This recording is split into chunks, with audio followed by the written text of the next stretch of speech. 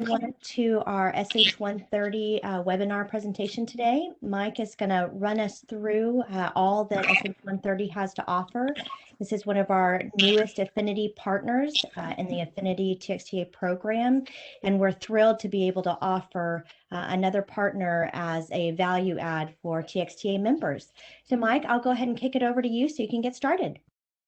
Thank you so much, Glenna. I just wanted to first, thanks TXTA for allowing us to become a new member and for, allowing me the opportunity to give this webinar to members of the organization. And, my name is Mike Resniewski, and I'm the Director of Business Development at SH130 Concession Company. I've been working here in the transportation industry going on 10 years now. Previously worked at Schneider selling transportation solutions to shippers. Came over to SH130 in late summer last year and been working to just create awareness of the value proposition of our road, to carriers such as yourselves who are operating in Central Texas corridor. Just one neat thing to note, if anyone's interested, I'll be able to provide you with these slides after the presentation, and immediately following we'll do a Q&A. If you have any questions at all, if you want to just throw them in the chat, and then we can address them at the end of the webinar.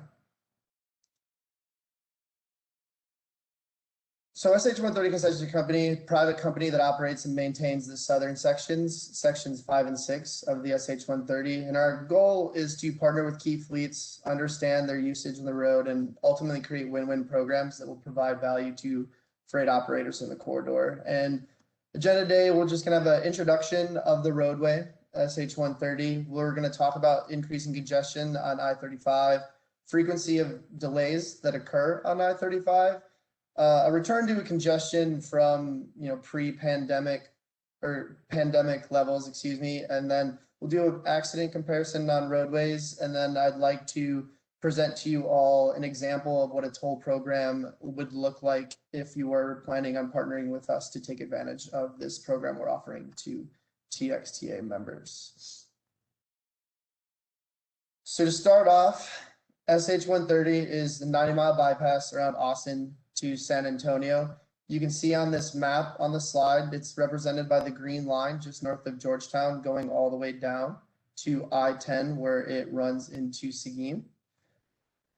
Austin traffic drives more carriers to the northern sections that are operated by TxDOT, sections 1 through 4, which you can see on the map. They're from the 45 split right here in just south of Austin at the railroad and Mustang Ridge up to Georgetown. And people have long realized that the northern sections have provided value to their operations, especially with Austin I-35 being the most congested roadway in Texas. However, congestion between San Antonio and Austin is increasingly getting worse. So the choke points that you can kind of see on this map here, San Marcos, New Braunfels, and San Antonio are increasingly getting worse.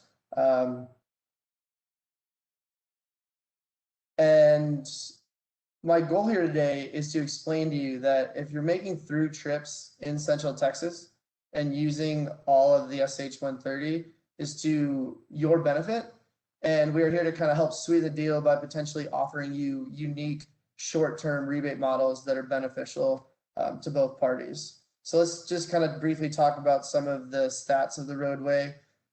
It serves as fast, reliable bypass of I-35. Is originally built as a release valve to take congestion off of I-35. It's a reliable alternative, and it actually is congestion free, pretty much 24/7 free flow. One thing to note, San Antonio and the Austin metro areas are some of the fastest growing population wise and employment wise in the US. So more and more people are continuing to move down to Central Texas. It's got safe conditions in comparison to I-35. I-35 has about 5 times more accidents. And the average cost of a truck crash is around $120,000. And one of the greatest advantages, time savings.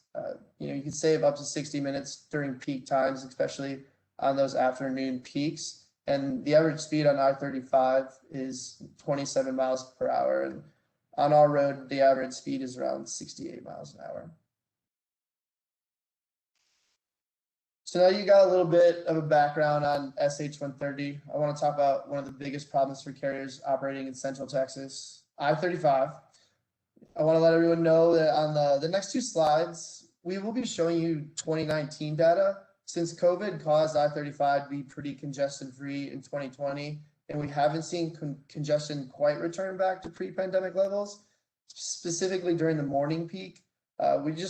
We do believe though that congestion will return to these pre-pandemic levels, and kind of want to make you aware of what to expect when it does. So that's what this slide is going to kind of represent and show you, and what we've seen year over year since the pandemic. This chart is showing northbound and southbound travel times from SH-130 split in Georgetown all the way down to San Antonio. So on that previous map that I had showed you, we're going to be talking about all the way from Georgetown straight through to San Antonio. And we've pulled this data from Streetlight, which is a company that uses cell phone location services to track devices' usage of the roadways. As you can see on the chart, there are increases, excuse me. Sorry, y'all. So as you can see on the chart, there are increases in year-over-year travel times from congestion since 2017, with a 5% increase in the morning peaks and an 8% increase in the afternoon. Interesting call out is that even during non-peak times, we're still seeing an increase in travel times from the congestion, which is, kind of like a significant number, that not just the peaks are increasing in regards to travel time, but the times outside of just the morning and afternoon peaks are also seeing increases in congestion and travel time.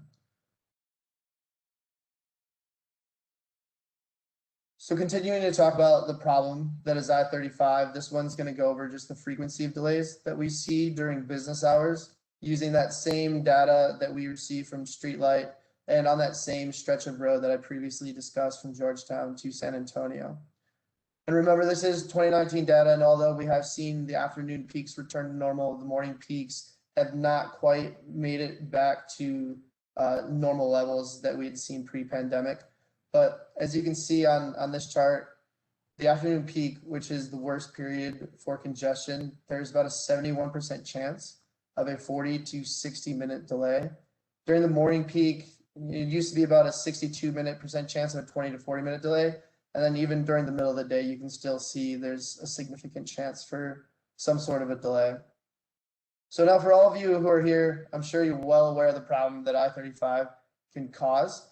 And as you can see, this is only continuing to get worse, and we will likely see these frequencies continue to increase as well as things kind of return back to normal here in Central Texas. So I kind of mentioned this previously. I wanted to go over this chart that explains how we're kind of starting to return to pre-pandemic congestion numbers. So if you take a look at this chart, it shows northbound and southbound daily congestion. As you can see, before the pandemic, there was consistent weekday congestion with the occasional event that causes a significant spike in congestion, such as an accident or weather. So you'll see the kind of the normal little spikes on the left side, and then you have like the big spikes are, either a weather event or potentially some sort of an accident. Where the chart gets flat in the middle after March 2020, this is our pandemic era, where you can see there's little to no congestions at all. And then since about early November, we have seen the weekday congestion starting to return to pre-pandemic levels, as well as seeing an increase in congestion related events. So speaking of congestion beginning to return to I-35, I wanted to show you all this chart that we got from the TxDOT-CRIS database.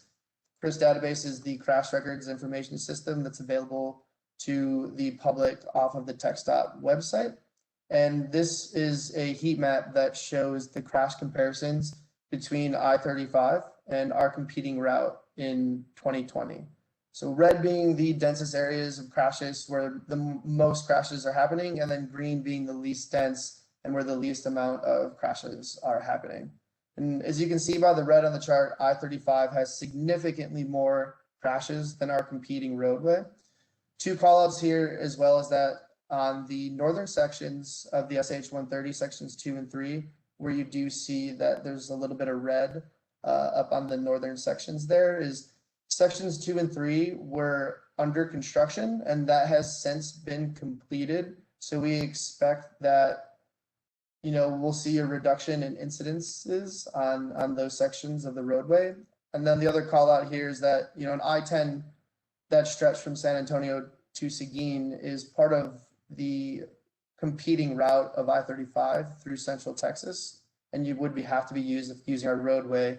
And as you can see, that's where about the greatest amount of crashes that we see really occur on that route. And the good news is that the capacity construction is underway on that roadway, and it will be expanded, which should give our route a greater advantage over I-35 as that construction, kind of cleans up and gets more lanes added onto I-10.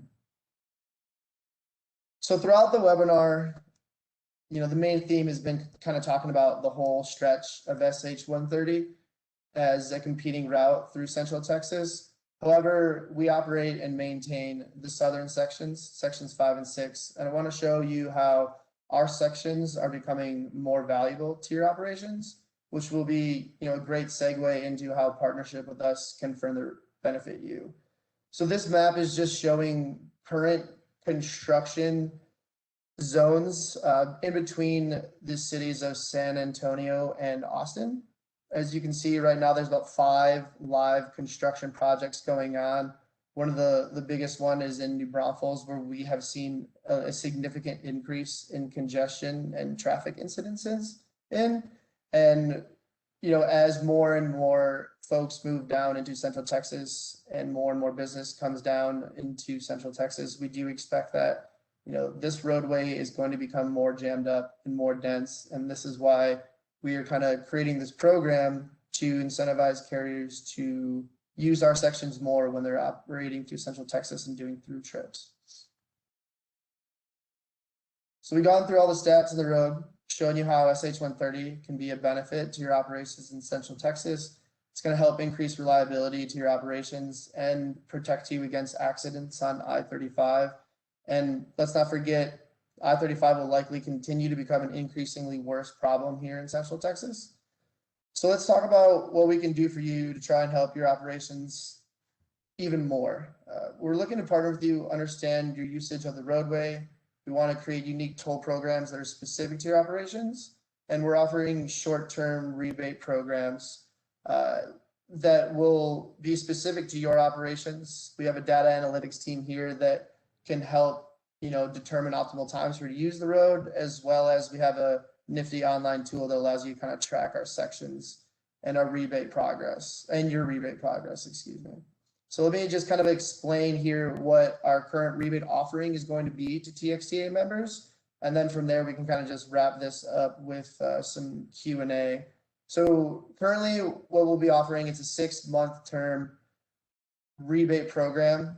It's going to be 50% and 100% monthly rebate payouts. And right here that we have below is just an example of what this looks like. So it's going to be a tiered program, right? So if your tier 1 is 1,000 and your tier 2 is 1,100, let's say in your given rebate period for a month, you had a toll spend of $1,050. So your rebate amount would be $50 times 50% off, right? So that would equal $25 back into your pocket. So because you spent $50 over your tier 1 threshold, you're actually getting rebated back 50% of what that spend was. For a second example, for tier 2, your rebate period spend was $1,200. So you went $100 over your tier 2 threshold. So for a total of $150 over your total tier 1. So for the first amount, for the first $100 from 1,000 to 1,100, you're gonna get 50% back, so that's $50.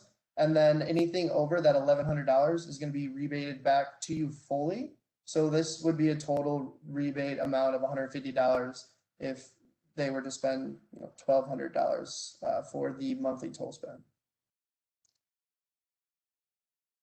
And that is my webinar. I'd love to hear if you have any questions on anything that we kind of discuss in here, or if you're interested in kind of hearing more on what a program might look like for you and your operations, I'd be happy to set some time with you to discuss.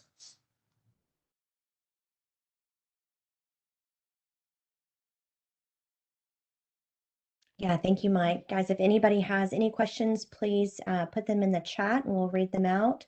If not, you can get a hold of Mike and he can, again, talk through any personalization that needs to happen for your company. And we will also have this recorded, so if anybody would like to look back and view a map or any of the statistic information that Mike shared, that'll be available on our website. Perfect.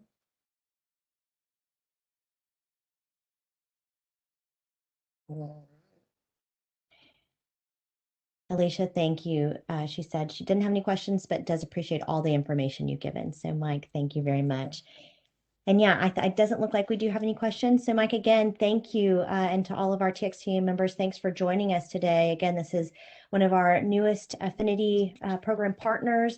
We are thrilled to have them on with us and part of the value add to TXTA membership. So I know that a lot of people are going to find this a great thing for their companies. And Mike, again, we appreciate you being part of this. So Mike, and we will. Oh, go ahead. There are some questions.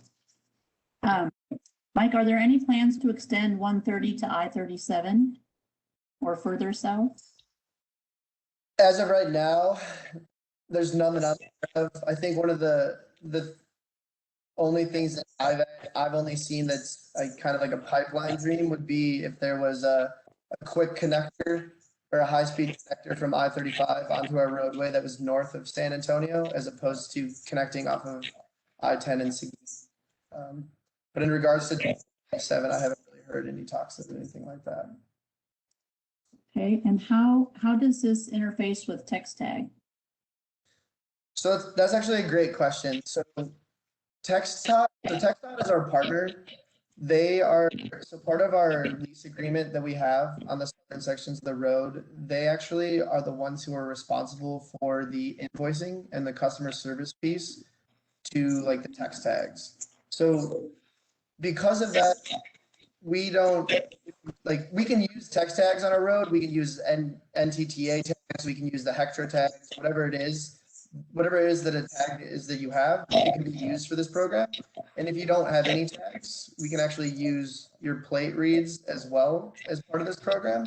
But just to kind of give you a background, TextDot is the one who does like the customer service piece for the text tags and the invoicing. So that's why you receive a rebate from us as opposed to like a discounted invoice, because they'll invoice you in full and then we will rebate you back at the end of a designated period. And one more question. How do members sign up for the rebate program, and what is the cost of a partnership? So the partnership is free, where this is kind of like a no obligations sort of partnership. We do ask that you share your tag information with us so that we could use that to read what your usage is on our roadways. Like I said, with the TextDot partnership, they don't share who the customers are who are using our roadway. We just know the tag and the plates that are on our roads. We don't know who own them. And because of this, what we need from you in order to create this partnership is for you to sign up on our website and enter that information into the website. And then from there, we'll come to you with a proposal, and it'll be based off of some sort of a line of your past usage. And we'll ask that you probably the system will be set up based off of that baseline, right? And then from there, all it is you hit your tiers, you'll receive rebates. If you don't, there's no penalty. You don't owe us anything up to the tier amount. It's just you sign up and you use us more, we'll be happy to rebate you back for your increased usage on our roadway.